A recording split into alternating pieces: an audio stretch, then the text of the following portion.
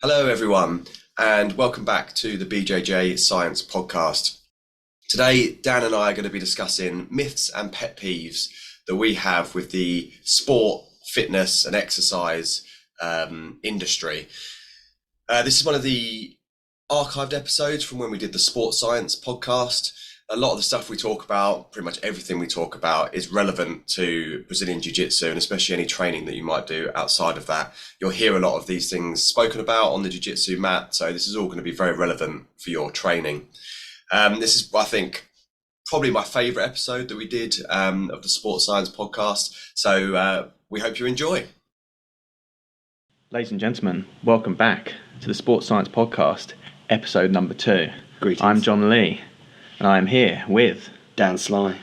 Today we're talking about myths and pet peeves in the sports and exercise world. There are many of them, John. There are many, and I think this is going to be good for us to get some of these off our chest before we really get into the grit of the Sports Science Podcast and helping people improve themselves. Absolutely. Let's get some of these out of the way. Yeah, I think by the time I get this off my chest, I'll finally be able to sleep at night. Yeah, well, we can only hope. We can only hope.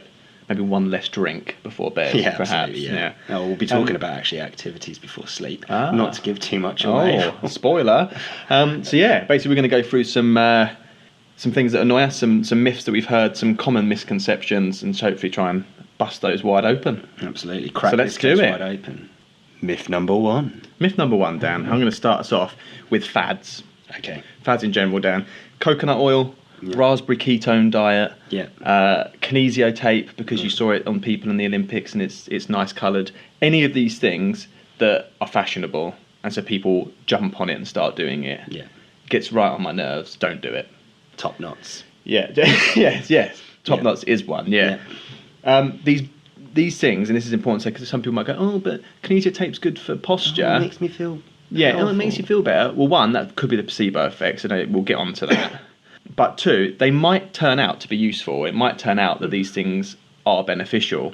But until there's been some good research done in it, and until there's evidence to support it, don't jump straight on it. So all the people that are eating coconut oil, because it became really fashionable before any research came out, and now that people have done some research and have shown that it's nearly as unhealthy as beef fat. So don't do the fad just because it's fashionable. Just wait a little while. Be patient. Be patient. I think that's what you find, don't you, so much in sport and exercise research, is the fact that it becomes so full of contradictions. Yeah. That people jump on things, and there's always someone wanting to jump out the other way. So who knows, in a couple of years we might be finding more research, but once again it dispels that. Yeah, the thing is research takes time and you have to build up a body of evidence. So we need some studies, it could just be the population they used or whatever, will show negatives, some will show positives. You need a big enough body of evidence, preferably that you can do what's called a systematic review or a meta-analysis, where you bring it all together and you can say, cool, so for children, this is bad. For adults, this is good. It does this, it doesn't do this. It's a placebo, it's not. And so you need to wait until there's enough evidence to do a good systematic review or meta-analysis. It's not a fad anymore. Then I might think about implementing it into my regime. Absolutely. Until that point, it's just fashionable. I'm not interested. Get out is what I say. Get out of here, coconut oil. Get out of here, raspberry ketone diet. Get out of here, cardigans from 2007 to 2010 in nightclubs. No time for you. Yeah, no time for you. Don't do fads. Don't do it because it's fashionable. Also, the same with tattoos, by the way. Never get a fashionable tattoo because you'll always regret it. Absolutely. Wait until it's not fashionable anymore. If you still want it, then do it, Dan. Yeah. Patience is what I'm calling for here. I learnt that from when I got that tattoo of Bewitched. Yes, indeed. Man's pop group. And that one on the small of your back. Yeah. The tribal type one. Yeah, absolutely. Yeah. So, fads. Get out of here, you motherfuckers. Myth number 2. Myth number 2, John, is the classic myth. Now, it's not quite... Well, it is related to sport, because everything can be related to sport. This is a science podcast as well, Dan. A science podcast, by its very nature. So myth number 2, John, is the classic, we only use 10% of our brains. Numerous Hollywood movies have got away with using this myth. Yeah. Oh, Dan, can I move things on the table with just my mind if I use my whole brain? Yeah, you're not using your potential. You're not using any of your brain. We're practically zombies. No, it's a lie. Now, I believe this comes originally, I think it was an American psychologist, William James, who said a quote or something to the effect of, we only use 10% of our intellectual potential. So obviously our brains have got a great ability to grow, to take in information, to develop new skills, etc. But we don't use 10% of our brain, John. Right. He's Okay. not talking about physical brain mass No. being used, computing power. Not at all, not at all. So to put into context, just to power our brain alone, I think it takes up to about 20% of our oxygen intake. Awesome. Okay, so if we only use 10% of that, I don't think that... I'm not great with maths, John, but doesn't quite sound... That would be madness, Dan. It would be Sounds like madness It would to be me. madness. It would be madness. And then when you think of all the kind of different parts of a brain we have. So now let's try and bring this into sport, John. Okay, so we've got parts of the brain like the parietal lobe. We need that for perception. Yeah. Sensory lobe, sensory cortex. Sorry. Then for sensory information, we've got the motor cortex for movement. We've got the frontal lobe, information processing, emotional processing. All these processes going on. A lot will happen simultaneously. A lot that we also use in sport. If we're only using 10% of our brain, John, very difficult Yeah, to indeed. perform any of those I tasks. thought if you added up the bits that just do things like breathing and your heart, and then maybe the bit that does your eyes, that's going to be more than 10%. The occipital lobe and the medulla oblongata. Indeed. John. Medulla. Medulla. Oblongata. Yeah. What a boy. What a boy. 1998, I think that was. But yeah, absolutely. And, you know, with these advancements in neurology and brain scanning, etc., it's shown that kind of, even performing kind of... Sorry, I should go back a step and say, also there's 10%. What are we talking about? Are we talking about, literally, there's a part of our brain that we're only using, and then there's 90% that lies dormant? Yeah. Or are we talking about in each respective component or part of the brain that we're only using 10% of that power? Of each, yeah. Well, we can dismiss both those, because you look at kind of magnetic resonance imaging, that kind of stuff. These tests of neurology where we actually can see what parts of the brain are firing up and stuff. Even kind of simple tasks like speech and basic movement has been shown to work a lot more than just 10% of a brain. So in essence, Hollywood is lying to you, and I can't believe I'm saying that. It's a lie. I know. Some people are going to find this is going to. We're shattering some people's perceptions there, but yeah, stuff in films often isn't fact. It's not fact. Yeah, it's not fact. But another fact. Sorry, just to bring please it up. Continue. In a 2013 study, and I can't remember your name for your from, unfortunately, but they actually Google found, it, you lazy bastards. Yeah, Google it yourself. But they actually found that 65% of Americans actually believe that we only use 10% of our brains. Well, yeah, I mean, many of them believe that the sun goes around the moon as well, so, you know. Yeah, so maybe not too much stock in that as a study, but it's scary. So get out there, spread the word. Myth. Myth free is not as much a myth as a real pet peeve of mine, yeah. Although there are some myths in there as well. Is people misusing lactic acid as a term and an idea. People who demonise lactic acid get right on my nerves, to be honest with you, Dan. Can't stand it. Lactic acid is not an exaggeration to say is our friend. And specifically, I'm going to talk about lactate, actually. Okay. Lactate is our friend. We produce it during exercise as a byproduct, but it helps us to continue exercising. It's not the problem. So personal trainers that say, you've got really sore muscles today. You probably need to go for a jog to clear the lactic acid out of your muscles. Idiots. Or make sure you stretch when you get home and have a warm shower to clear the lactic acid from your muscles. Idiots, yeah. Lactic acid is not the problem. I say we'll probably do an episode in the future where we go into this more deeply because we'll talk about the anaerobic systems and we'll talk about how lactate is formed and all of that. We'll go deep down into the science. But just for now, we want a little, on this podcast, we want to give people a bit of a filter whereby they can tell if someone knows what they're talking about. Yeah. And if you're talking to a sports scientist or a personal trainer and they start talking about lactic acid in those terms, you know they don't know what they're talking about. You do that thing where you kind of very slowly just place your index finger over their lips. Yeah. Or just kind of walk out of the room backwards. It's really slow. Just really slowly. Even while they're still talking. Yeah. Where are you going? Just don't say a word. Just stare them in the eyes. Being approached by a black bear. Yeah, exactly. Yeah.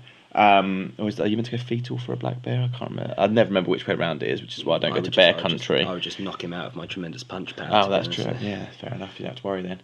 Violence. So if you hear someone talking about lactic acid, pretty much straight away, if they're talking about lactate, then they've probably got a bit more of a clue. But if they say things like lactic acid causes muscle pain, lactic acid causes muscle damage, or I had a real burn. I had a real lactic acid burn in that. No, it's not lactic acid that causes that burn. It's not the cause. In fact, it helps to mitigate that burn. We're going to do an exercise today, and you're going to work until the lactic acid doesn't let you work anymore. All things like that are misused. Lactic acid is our friend. You should love it, not hate it. Don't demonise lactic acid. How dare you? It's like a mosquito in the household. Remember, that mosquito is getting rid of other pests. Are you thinking spiders, Dan? I could be thinking spiders. Are you thinking John. spiders, Dan? Mosquitoes are horrible blood-sucking. I'm thinking of daddy long legs. Yeah, so you're thinking of the spiders that get rid of the mosquitoes. Yeah. That give them malaria. Yeah, I've basically championed there an insect that contributes to a lot of death and diseases like malaria, so I apologise for that. I think I'm right in saying the biggest cause of human death across human history, Dan, malaria. It sounds about right. Yeah. Google that for yourself just to make sure that is correct, but I'm pretty sure that's correct. I've definitely... Yeah. No. So lactic acid is the daddy long legs. Is the daddy long legs. Of the fitness world. And would you maybe go as far then to say all personal trainers and fitness instructors that use the term lactic acid are indeed the mosquitoes? Yes, yeah. Certainly, when I hear them talking about lactic acid in that way, it is like the buzzing of a mosquito in my ear. I think, oh, you irritating little fuck. There we go. Myth. Myth number 4. Myth number 4. Back to me, John. So it may shock you to know, John, that before our friendship sparked and blossomed, I actually spent best part of 3 years working as a personal trainer. That doesn't shock me at all, Dan. No. Well, that was me being modest. I knew it wouldn't shock you. But anyway, in that time there was kind of a few things, a few gripes I had. Mainly guys who wear snapback caps in the gym. Guys who wear their hoodies up in the gym. Yeah. Not necessarily, maybe, I don't know, maybe they're just trying to build up sunglasses in the gym, Dan? I've on occasion, let me tell you, their membership did not last long. No. And also the people who decide to spend a fortune on these Beats Audio headphones, then put them above the hoodie, right? Which surely is going to compromise the sound quality. I would have thought so, Dan. But anyway, none of that. Oh, also people who mistake fat and muscle as the same thing. So if you get overweight people, yes, which kudos, well done for going to the gym, obviously trying to make a positive change. But these ones who are trying to avoid resistance work because they're worried because they don't lose weight. Yeah, they think they don't lose weight, even though actually resistant work obviously has a tendency to burn a lot more energy and calories post-exercise, preparing muscle, etc. But we won't go into that. Muscle is the oven in which you burn calories, so more muscle, more calories burnt, more fat loss. Ipso facto. Yeah. And remember, they're separate entities. Yes. So you're not going to get overly muscly if you already have big legs, big thighs, for example. Don't worry, or don't say my legs are already big and muscly, I don't have any muscle. No.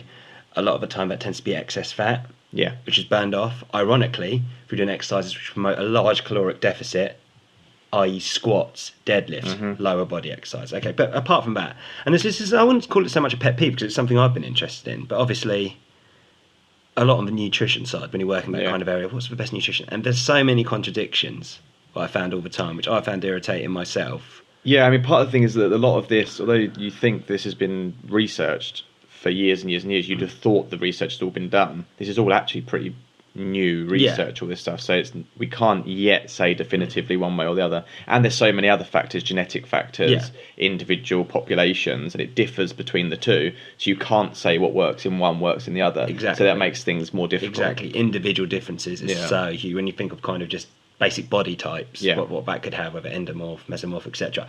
But anyway, one thing I really wanted to spell was this idea, obviously protein, the building block. Yeah.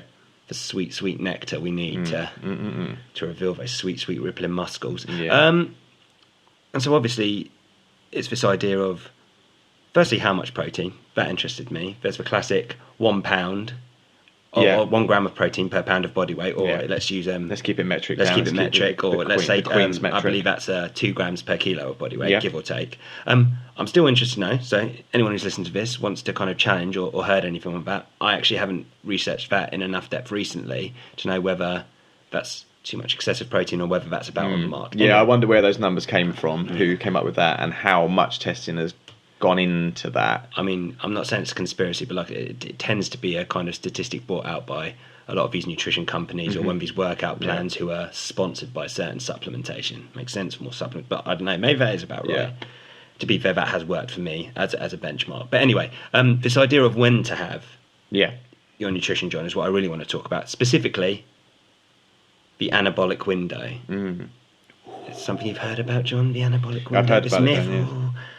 And that's just what it may be, ladies and gents. It might be a myth. Okay, so obviously kind of this anabolism kind of refers to the kind of synthesis of amino acids into more complex molecules, your protein, which are the building block for strength and size and also muscle repair. So obviously you want to be in an anabolic state to build muscle.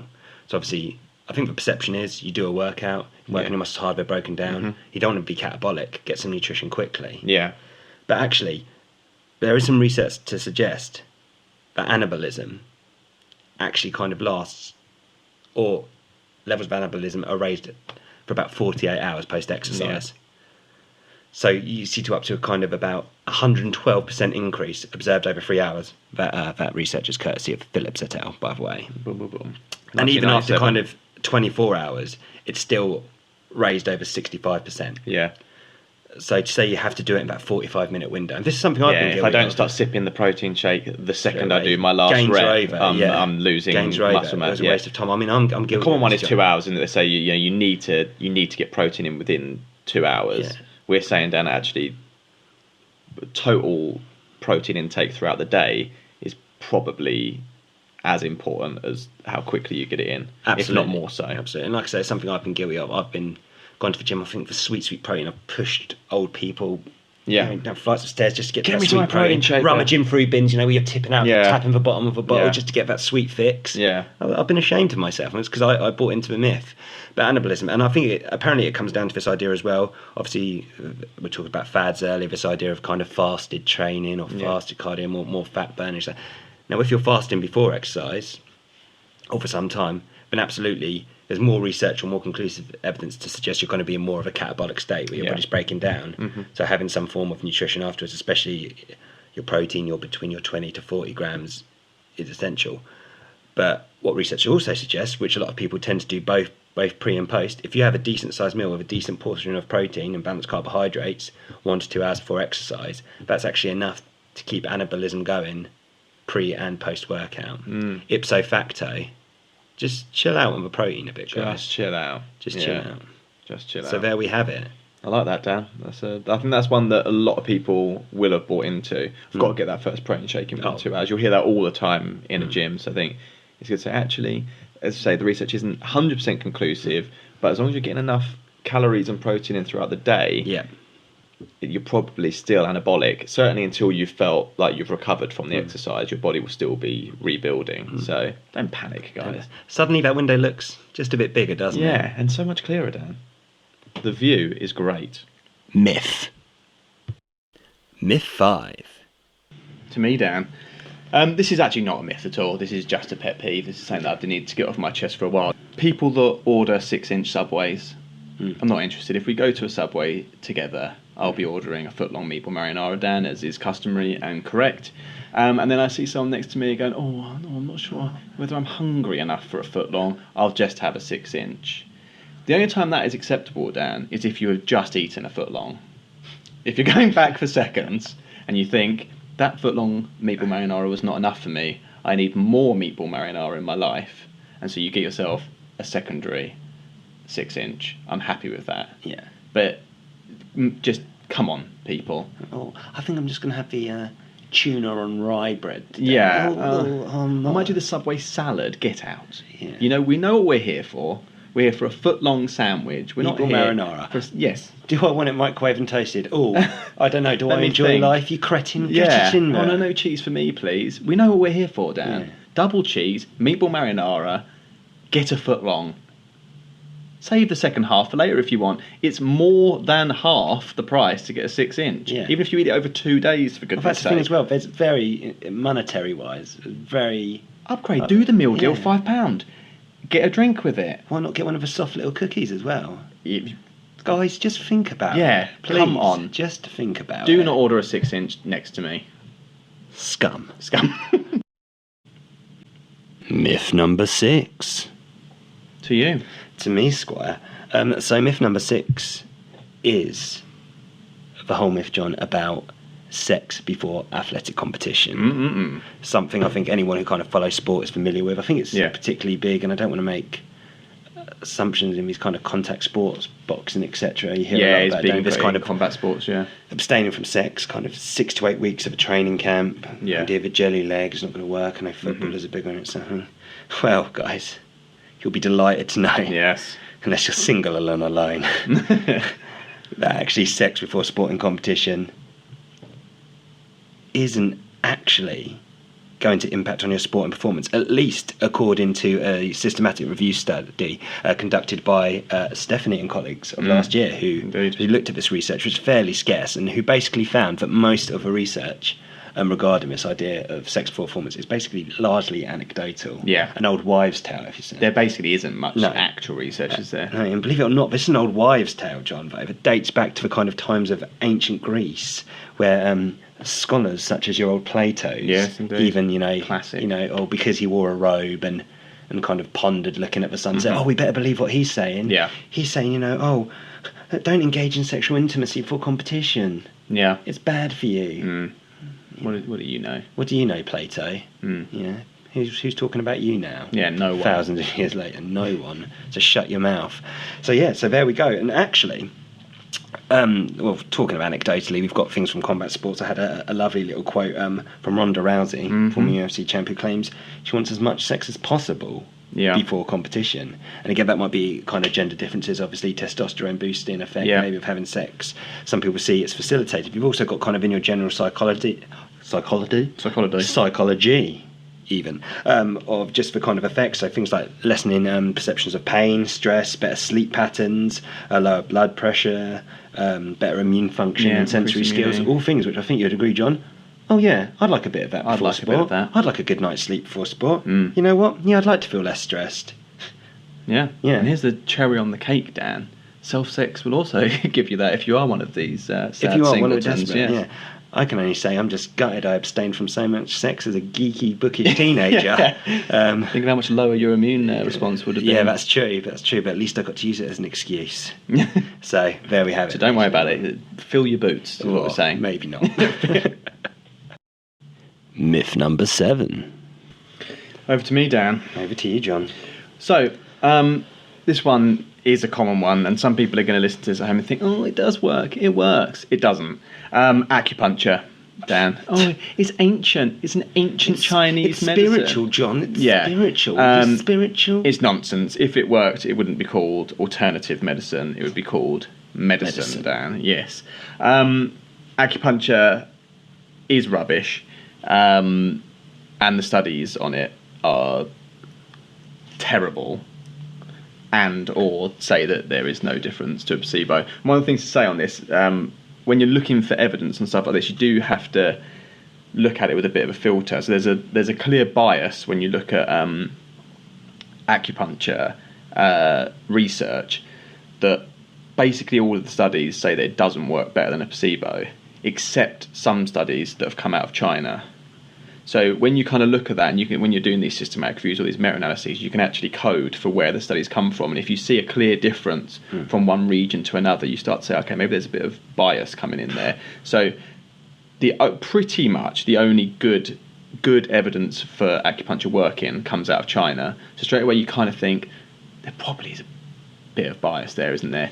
The only other ones you have to look for is these have to be placebo-controlled trials. You have to compare it to a good placebo, and good placebo is key. So if you look at it and think, well, they haven't used a placebo, they're just comparing it to nothing, we know the placebo effect is going to do something. So if they've compared acupuncture to nothing and say, yep, it's better than nothing, that's not good enough. No. You could do anything then. You could have a cuddle would be better than nothing. You'd get a placebo effect, you'd get a skin contact effect. The fact that you'd go into an office and get a treatment of any kind is going to give you a placebo effect. So I've just got one study, Dan, a bit of science to chuck out there. Christ, John, be careful. Science? It's one of these reviews, basically. And it actually, it didn't show It didn't show very good. Basically, it's Tough et al. 2009. It's called Acupuncture and Dry Needling in the Management of Myofascial Trigger Point Pain, a systematic review and meta-analysis. This is a big review that looked at a whole load of other papers that have been done up till 2009 and summarises them for us. Useful. Basically, it said there's limited evidence from one study that acupuncture could be better than standard care. Could be. That's about as committal as your mate when you go, shall we go to the pub tonight? Yeah. And he goes, maybe. maybe. I'll just, and you think, I'll just check if my diary's clear. He's not coming. Yeah. It then says there's no difference shown when you compare it to a placebo. So straight away you were kind of going, okay, that's not good. And then it summarises the whole thing saying that all the studies had limited sample sizes. They were done on small amounts of people, were poor quality, and that these basically poor quality studies highlight the need for good quality placebo-controlled research. So it's basically saying the studies are crap, and the ones that we've got don't show that it's better than a placebo. So it's all in the mind. So if you went, but they stuck a needle in, it made me feel better. The placebo effect is an effect, but it was you that did that, not the acupuncturist. So don't pay for it. They're ripping you off. Don't use it. If anything, vilify them. Yes, absolutely. Cast them out of society. And whence they came. Yeah, goodbye, acupuncturists. Myth number 8. Very much in keeping with the theme of John just dangerously digressing away from sports science. My pet peeve, John, and just in general life, ambiguous statements for sympathy on social media. If I may be so bold, I'm doing quotation marks. Yes, I can't see. This isn't me saying it. This is someone else. Had enough of this bullshit. Unhappy face. Followed by the obligatory comment from a friend. What's up, babes? You okay, hun? DM me? ? Person who wrote the initial statement. Don't want to talk about it on social media. You clearly fucking do. Yeah. You just post it on social media. You cretin. Yeah, and I don't get me wrong. I understand if people are having a hard time. Please don't think I'm mistaking it for that, John. I have a great deal of empathy for anyone having a hard time. I'd always like to think I'll be there to support my friends if it's a hard time, but just time and a place. Just tell me. If you feel you want the opinion of people on Facebook, at least don't make it ambiguous. Don't go, had enough of this shit, or don't know what to do about this. It on Facebook, or you're not. Yeah, or it's even bigger than yesterday now, and it's starting to pus. Yeah. I mean, what is? Yeah, tell me. Stop it, ambiguous. Stop it. Just. I've had enough of it. Either tell me straight, because then I get annoyed, because then I kind of want to know what's up with you. Yeah. So I'm playing your mind games, which is pissing me off. Yeah, you've got in there. Yeah. So either tell me if... Anyway, yeah. So enough of that, please, guys. Yeah. Stop with the ambiguity, or just keep it to your personal messages. Yeah. Because social media, I was about to say by definition, not quite, but what it's about, it's a social platform where people can read. So enough is enough. Now time for the quick fire round. John. Quick fire round, Dan. I've got a few. People who think they can reliably read body language, Dan, straying onto your territory here as a psychologist. I believe this is... No, that was lie detection, but very... could link into that Robert Ekman. That's my other one, Dan. People who think they can tell when someone's lying by the way they look, by their body language, by when they fold their arms. That is bullshit. People that say this to you cannot do that. To do that, you would have to take a massive baseline of the person's movements, how you'd have to see them lying, you'd have to see them telling the truth, and still then you're not going to be that reliable. No. Dan. Yet people will tell you, I've been on a course with about psychology and I can read body language. How do you know the difference between whether they're being closed because they cross their arms or whether they're just cold? Yeah. You don't know that. So anyone that says that, bullshit. Yeah, it's what I sometimes call kind of a parent syndrome of something's up with you. Oh, I can just tell. You can't just tell because I'm absolutely fine. Yeah, no, you can't just tell. Yeah. No, absolutely not. Now there are signals we can pick up because of years and years of evolution. It's not reliable and you don't know. And there was a study done on police officers who said they were good detectors of lies, and they got something like 58% right. So a tiny bit better than above guessing. Chance. Yeah, no, people 58% is rubbish. That is just better than guessing. So people can't tell lies. Homeopathy, Dan, have you heard of homeopathy? I've heard of, but I wish I had. Yeah, it's this alternative medicine where basically they give you water. It's completely unscientific. Google it if you want, see how ridiculous it is.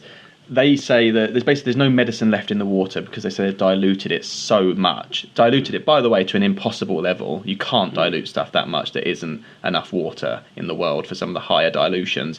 And they claim that the water's got a memory of the medicine that was in it and that this then heals you. Completely unscientific. If they proved that water had memory, Nobel Prize.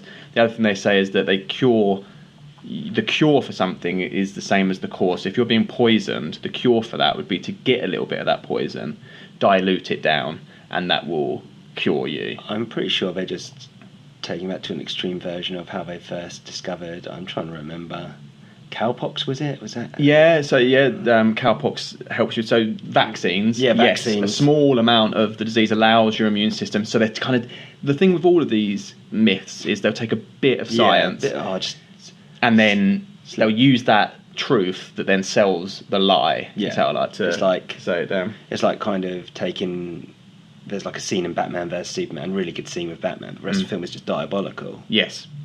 So just don't say that, but go, the trailer is just all... Yeah, the trailer was really promising, the truth that sells the lie. Oh, deep. Terrible film, by the way. Deep. So yeah, it's just water, and again, it is placebo effect, and they've done lots of studies trying to compare it to placebos, and it never does better than a placebo. So that's nonsense.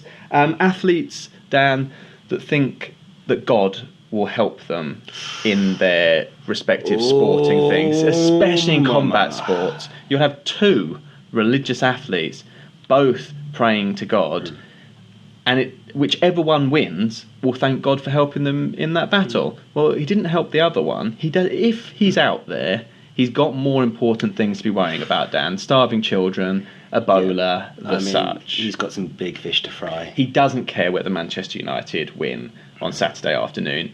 He wouldn't get involved in such pettiness. So don't claim that he's helping you out. Especially don't claim all glory goes to God when that expression's used, because done some training. I'm sure they're kind of multiple trainers and people working behind the scenes to work with them every day. You know, they're doing their part as well. So, yeah, exactly. So, you train hard. You know, you increase the likelihood you win. He probably doesn't get involved, or she, if you're that way inclined, or it. Yeah. Finally, Dan. Energy drinks. Your Red Bull, your Monsters, that sort of energy drink. Your fashionable day-to-day energy drink, full of. They're carbonated, Dan, so they're no good for exercise. You can't drink a Red Bull whilst running a marathon. You'd be vomiting everywhere. So they're not even good for exercise. There's basically no reason to drink them. Full of caffeine, full of sugar, to just a level that you should not be drinking. Terrible. And then you've got your energy drinks that are actually designed for use during exercise, kind of isotonic drinks, Lucozades, some of the actual sport ones, not just the sugary one. Powerade, High Five, my personal favourite. No affiliations, Dan, but you know I like High Five stuff. Bongo. Yeah, on Bongo. Perfect energy drinks for long distance exercise. But don't then grab one of these things that's got 300, 400 calories in it. Go and walk on a treadmill in the gym for 10 minutes, down the 400 calorie energy drink, and then wonder why you haven't lost any fat or weight, Dan. Absolutely. That goes back to as well, guys. Remember, fat doesn't make you fat. Remember that necessarily. Obviously, caloric intake, caloric. We won't go about calories in, calories out, Dan. But yeah, judging by that, a quick anecdote, John, which I completely agree with. I spent some time working. Confidentiality remains with an e-sport company who are actually sponsored by a major drinks corporation. So obviously to kind of have their product up on stage when you're drinking them. Now, I can believe this because I was thinking, let's say in this particular game or this particular e-sport, they were maybe playing for upwards of an hour, a game which requires an immense deal of concentration, a sustained level of focus and concentration, and as a kind of preparatory measure, kind of drinking a very highly sugar... Yeah. And half a litre of it. The cans are huge. Yeah, absolutely. Caffeine will increase your concentration. And I was kind of brought there more a psych capacity, but obviously I had a bit of knowledge of nutrition and stuff, and I was thinking, surely, like something, if they're asking what can we do to change the kind of culture of it, I was thinking, something as fundamental as that. Yeah. Don't give them something which is literally sugar in a can. Yeah, it's going to cause them to Maybe crash that'll halfway help. through the game. Absolutely. Yeah. These are essentially sponsorship and advertising companies that have made some drinks that may mix very well with vodka and or Jaeger. Yeah. That's the only time for them, Dan, as far as I'm concerned. Other than that, for sport useless and for daily drinking, just do not do it. Just stay well clear. If you want some caffeine, have a coffee. It's pH neutral. It's better for your teeth. Just do that. Just do that, guys. Yeah. Quick fire round, part 2. So my turn, John, and I thought what I'd discuss kind of, again, I'm not trying to call it peeves, but just things to be aware of, maybe kind of aspiring sports psychologists or people who work in this domain. By the way, I'd love to hear your thoughts from these people as well. Just some things kind of from working in kind of sports psych, which I feel the need to kind of talk about and address. And number 1 is managing expectation. And by that I mean, so with sports psychology, I think it's, whilst I don't want to admit, it feels like it's kind of bottom of a pyramid sometimes in terms of the hierarchy of things. So I worked in that athletes want to kind of absolutely. So I worked at that's one of the first things athletes talk about, mindset. Yeah, this whole sports 90% mental, which again is a myth, by the way, ladies and gents, but we won't cover that now. But again, so I was working at an elite, we'll call it an elite sport kind of academy for a couple of years, and for one thing, basically, it's very sporadic the time you get to work with them, which again isn't ideal. Yeah. Because you think, for example, making a physical change, at least 3-4 times a week, adhering to a proper S&C or exercise regime, and doing that consistently every day, or practicing the skills they need when actually playing the game, or sport, it has to be consistent. You have to do it on a consistent level on a daily basis, keep on improving. With psychology, there seems to be an interpretation kind of, you either got it or you don't. And the amount of times I would work with an athlete for one session, the amount of times I work with an athlete for one session, and I've got an email a day or two after, I don't feel any different. Yeah. There's not been a change. But for some reason, that they kind of separate the psychological from the physical. Yeah. It's like introducing someone to a new weight routine. You go, you're going to pack on some serious mass. We're going to get you some Tom Hardy style traps doing this. Then 2 days later, again, my traps are the same. Yeah, but I did an hour in the gym, Dan, and my traps aren't as big as Tom Hardy's. Well, of course not. Work at it. Which mans are, but you still got to work, at least aspire to that. Yeah. So that can be very frustrating. Managing expectations, again, psychological and physical. Now, there's actually scientific evidence to suggest that, actual kind of physio-psychological processes can change over time. Certain areas of the brain can even thicken and change as we go on along. Okay, we can train this, but it does take time. Please, just stick with it, guys. Yeah. Don't give up on me. Invest some time, people. Invest some time. There was something else I wanted to mention as well, John, which completely escapes me. Something of a pet peeve. That was it as well. Yes. I'm going to just go this now. This one's kind of being addressed more and more, I think, especially with kind of things like athlete mental health coming out more when we're talking more about this and areas. But this misconception that sports psychology should only work with a psychologist when things are going badly. Yeah, if you've got an issue, yeah. Yeah, and it's really, I think that kind of goes back to the kind of connotations of obviously kind of psychotherapy, early therapy, people with psychological issues they wanted to address. So the term of psychologist kind of has those connotations. But if you need any more evidence, I think I looked up recently, I'd say if you take the top 10 athletes of every main sport, now so this is maybe a bit of a crude measurement, but I'd say it's fairly accurate. I'd say at least 3 in that top 10 have openly talked about working with a sports psychologist to improve performance. So when you think of it that way, and some people are top of their game, and off the top of my head, I know it's the likes of, for example, your Andy Murray's in tennis. Andy Murray, yeah. Okay, hasn't had the best year, but certainly has. I know in boxing, very many, a bit of a dated example now, but I know that Carl Froch, when he was on the top of the game, talked a lot about working with a sports psychologist. Michael Phelps, big on psychology as well. So a lot of them are. Yeah, very big. Michael Phelps talks about it a lot, actually. So give it a chance. A few MMA fighters, Chael Sonnen, said he used to have real troubles. He basically gave up towards the second or third round, worked with a sports psychologist and kind of ironed it out. Again, yeah, absolutely. So and again, if you use the analogy of S&C, you don't just do S&C once you've got an injury.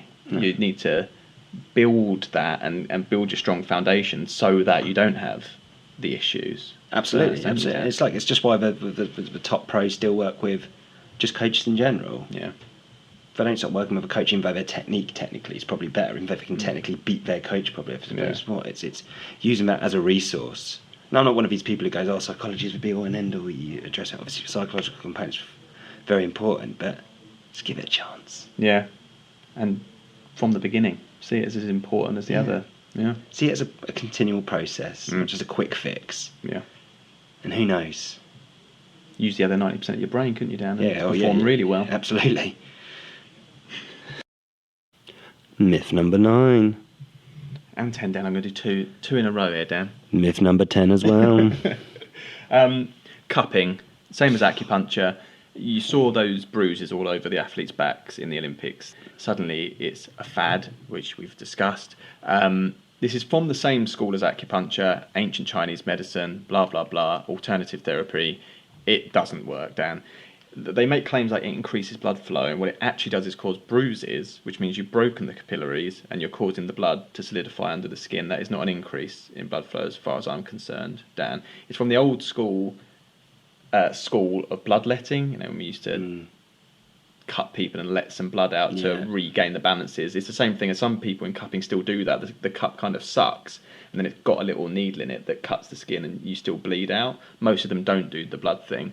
But I've got a couple of papers here, Dan. I've got 2 papers. Kim et al., Cupping for the Treatment of Pain. And you kind of think if anything is going to be really susceptible to the placebo effect, pain is one of them, because it's very much the brain's perception of a physical event, or sometimes not even a physical event. So these have to be placebo controlled if you're going to do a study on something like this. And basically, this one found that most of the existing trials are of poor quality. More rigorous studies on cupping are needed. And they said that basically there's very few randomised clinical trials testing the effectiveness of it. So that was a big systematic review, and they basically said there's not enough studies to do a good review on this. Lee et al. Is cupping an effective treatment for pain. It basically says that based on the current evidence, the effectiveness of cupping is demonstrated only in the treatment of pain, but there's even doubts. There's even doubts of this. So they're saying the evidence still isn't strong enough, and it doesn't say that evidence is versus placebo. So it's probably not, because a meta-analysis or systematic review will normally say placebo-controlled trials if that's what they use. So it basically says, both of them say, no, there's not good enough evidence that it works. If there's one thing we've learned about placebos today, without no placebo, you ain't got no researcho. Yeah. Yes. I like that, Dan. No placebo, no research. Yeah. It's not good enough. And then finally, Dan, my last one. Yes. Chiropractors and chiropractic. This one is ridiculous. Same school as the cupping, where it's basically a placebo effect. You're getting a treatment, you're getting someone to put their hands on you that makes you feel better. It's not the actual treatment. And what I mainly want to talk about is kind of the neck cracking, spinal manipulation. Now this is, you may not know this, Dan, you can look this up on Wikipedia.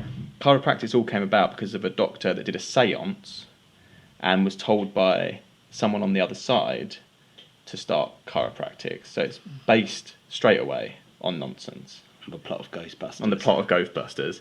It is ridiculous. It talks about the ideas of your vertebrae being subluxed. Again, the truth that tells a lie. A sublux is when a joint partially pops out. So you can do those in your shoulder, kind of semi-dislocation. It comes half out and goes back in. So they're using a real scientific term there. Oh, he said the word subluxation. That's very technical. I believe him. Yeah. There's no evidence that your vertebrae can do that. If you impinge your spinal cord, you're going to have real problems. You can't just go and have someone crack you and realign, get flow back down your spinal cord. All this stuff is very fuzzy, and they're using kind of semi-science to try and sell it. So I mean, I've got a couple of papers on this, Dan, for a bit of science for you, please. Please, John, for anyone who's still sitting on the fence. Basically, the first one, to be completely honest with you, the first one I found looked positive, Dan. Mm-hmm. It said that, this is Vernon et al. 2009, it's talking about chiropractic management of myofascial trigger point pain. So again, we're saying pain is one where the placebo effect will have a big effect, and it's really hard to do a good placebo for this stuff. But basically, they don't say that they use placebo in this thing. So they've done a systematic review. They don't talk about whether these studies use placebo, so they probably don't. Our assumption would be that they're not comparing to placebo. So it says there's some support for laser therapies, Dan, acupuncture, which we've already spoken about as being nonsense if you compare it to a placebo, and magnet therapy. Now, I haven't got time to get started on magnet therapy as nonsense. I certainly can't see. Take also reflexology, where they think that every part of the foot connects to every part of your body. All nonsense, by the way. But the key thing here is it doesn't say that they compare any of these things. They're calling all of those chiropractic things. They don't compare them to a placebo. So we're going to ignore that one, Dan. The next one says is a review looking at spinal manipulation and pain, and it basically says the notion that chiropractic spinal manipulation is more effective than conventional treatments was not supported by any rigorous trial data. So that says it doesn't work. Ernst 2003, that one, Dan.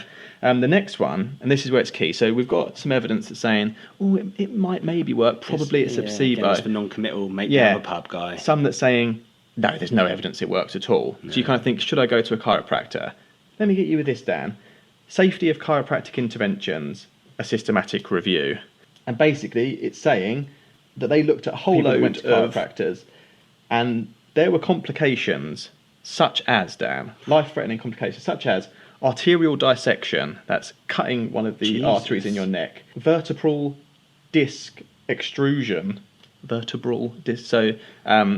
basically moving one of the discs, very bad. Yeah. Epidural hematoma, bleeding within the spine. The frequency of these adverse events, they're calling them, were between 33 and 60%. Ooh. For a thing that probably doesn't work anyway. Ironic, the irony of something that's supposed to help you is actually 33 in some cases significantly increasing the risk of killing you, doing serious damage. They then go on to say the frequency of serious adverse events varied between 5 strokes per 100,000 manipulations. So if you think how many manipulations one chiropractor is doing a year, maybe nearing that number. And then you talk about all the chiropractors in the UK. How many strokes are being caused by this? 1.6 out of every 10 million to 2.6 out of every 10 million deaths. So you've got a 2 in 10 million or 3 in 10 million chance of just dying there on the table. And if you think that, you think I'm being silly, just Google chiropractic death. There are plenty of people where they've cracked their necks and the people have just dropped dead on the table. And then finally, Dan, Kennel 2017 for a nice modern one, cervical arterial dissection, what we were talking about before. So as they crack your neck, there are some arteries that run up by your spine, and actually the sharp bits of your vertebrae kind of nick these arteries. They looked at 141 patients that came into hospital with this. 12 of them had just been for chiropractic treatment. Of those 12, they had 16 dissections between them. So some of them had more than one. And it said, of the 12 patients, all 12 patients developed symptoms of acute stroke. They then confirmed these strokes with magnetic resonance imagery. So 12 people had strokes because they went to a chiropractor. Then when they did the follow-up, they followed up with 9 of these patients. 8 of them had residual symptoms, and 1 of them had died. So is it worth it, Dan, I ask you? No evidence that it works. It's made me quite depressed and rather frightened, to be honest. What a way to end. Yeah. No evidence it works. There is evidence it's dangerous. Will you now let someone crack your back, Dan? I'm not going to let anyone touch me ever again. Don't do it, people. Keep your hands off me, wife. Yeah. Well, ladies and gentlemen, what a journey we've been on. Whew, I'm exhausted. I feel way better for that, I must say. I think I need a session with a chiropractor after that. Oh, good Lord. That's really got some stuff off my chest there, Dan. I feel great. I mean, you look better for it. Yeah. Hopefully that was educational and entertaining. You might have learned some stuff that you didn't know before. Yeah, absolutely. Now it's time for us to go training, Dan. Depart, absolutely. So, until next time, ladies and gents, thanks for tuning in. We'll see you back here. We hope you enjoyed that episode. Thanks so much for listening.